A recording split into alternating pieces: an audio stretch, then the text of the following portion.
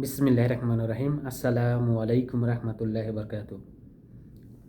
সবাই কেমন আছেন? আশা করি আল্লাহর রহমতে সবাই ভালোই আছেন। আমি আলহামদুলিল্লাহ। আমার কলেজের ভাইয়েরা বোনেরা সবাই কেমন আছেন আপনারা অবশ্যই জানাবেন। আসলেও বর্তমানে বাংলাদেশে ভাই কী শুরু হয়ে গেছে আমি নিজেও বলতে পারতেছি না। এত বর্তমানে এত সমস্যা বাংলাদেশে, কেউ ভিডিওটা স্কিপ করবেন না, ধাক্কা দেবেন না, পুরো ভিডিও দেখবেন ইনশাল্লাহ, শুনবেন এবং কি কমেন্ট করবেন ইনশাল্লাহ। যে আমি স্ক্রিনে তুলে ধরছি জলিল মাস্টার, আপনারা জানেন, কুয়াকাটা বাড়ি। কাকে বিশ্বাস করবেন? কাকে বিশ্বাস করবেন পৃথিবীতে আমার মনে হয় মা বাবা ছাড়া অন্য কাউকে বিশ্বাস করা ঠিক না।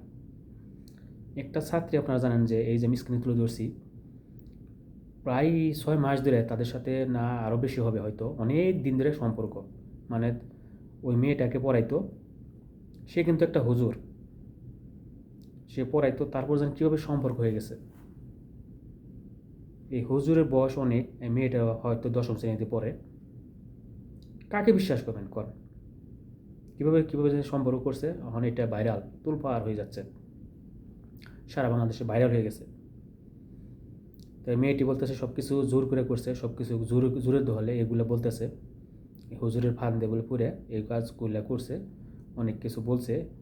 তো আমার একটা কথাই, এই কিছু কিছু মানে এরম হুজুর কি আসলে এটা কঠিন শাস্তি হওয়া দরকার। কিছু কিছু হুজুরের জন্য ভালো ভালো হুজুরের কিন্তু বদনাম হয়, ঠিক আছে? এগুলো আমি বলতে চাই আইনের আওতায় আনতে হবে, এদেরকে কঠিন বিচার করতে হবে। আসলে বিচার হয়ই না বাংলাদেশে। যেন কীরকম মনে করেন, হয়তো পুলিশরা ধরার পরে কিন্তু কিছুদিন পরে কিন্তু ছেড়ে দেয়, এইগুলি কিন্তু মানে হচ্ছে। তো আমি চাই ইনশাল্লাহ অবশ্যই এই হুজুরের অবশ্যই বিচার চাই। আর আর বর্তমানে দেখেন এই শিশু যে মাদ্রাসায় পড়ে, কিছু শিক্ষক আছে তাদেরকে পিটিয়ে লম্বা করতেছে, পিটিয়ে মানে ছাল তোলে, পড়া না করলে এরম পিঠায়। এদেরকেও মানে একদমই আইনের আওতায় আনতে হবে।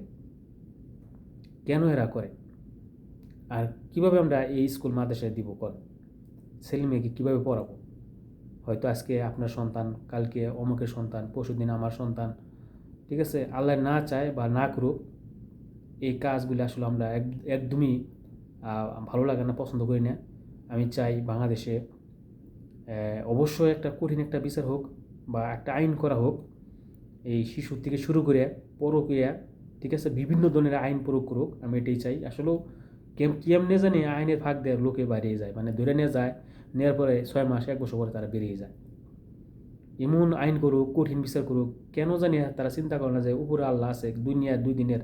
এইখানে ক্ষতিমতি করে কিছু অ্যাডভোকেট আছে, উকিল আছে, তারা বিভিন্ন ধরনের দেখা যাচ্ছে তারা কীভাবে সাহায্য করা যায়।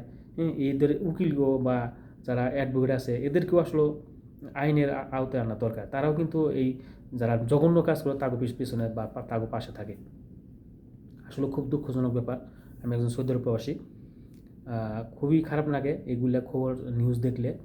কেন যে বিচার হয় না বাংলাদেশে, আমার দুঃখ, আমার একটাই চাওয়া, ঠিক আছে, বিচার হোক, ভালোভাবে চলুক দেশ। বাংলাদেশে যে শান্তিতে চলে, আমরাও প্রবাসীরাও শান্তিতে চলি, ঠিক আছে? এটাই। তো ভালো থাকবেন সবাই। আর অবশ্যই ভিডিওগুলো শেয়ার করে দিবেন। আমার ইউটিউবের বন্ধুরা, ভাইয়েরা যারা আছেন অবশ্যই ভিডিওটি শেয়ার করে দিবেন, সবাইকে দেখার সুযোগ করে দিবেন। এটাই আসলে খুবই খারাপ লাগে এই ধরনের মানে দেখে, পরকীয়া থেকে শুরু করে বিচার হয় না, কোনো আইন নাই, কোনো কিছু নাই। মানে বাংলাদেশ কেমন হয়ে গেছে ভাই, বুঝি না ভাই। যে সরকারি আসুক, আমি চাই ভালো চালাক। আমি চাই এটাই, ভালো চালাক সবাই, মানে বিচার কঠিন হোক। এগুলো দেখতে হবে। আজকে বাংলাদেশ কিন্তু উলটপালট হয়ে গেছে। যাই আর কিছু বেশ আসলে বলবো না। আমি কোনো রাজনীতি করি না, নিজের কামাই করে নিজে খাইতে হবে। আসলে কোনো দলের পিছনে ঘুরে লাভ নাই। তো ভালো থাকবেন সবাই। আর অবশ্যই ভিডিওটা শেয়ার করে দিন। ধন্যবাদ সবাইকে। আল্লাহ হাফেজ।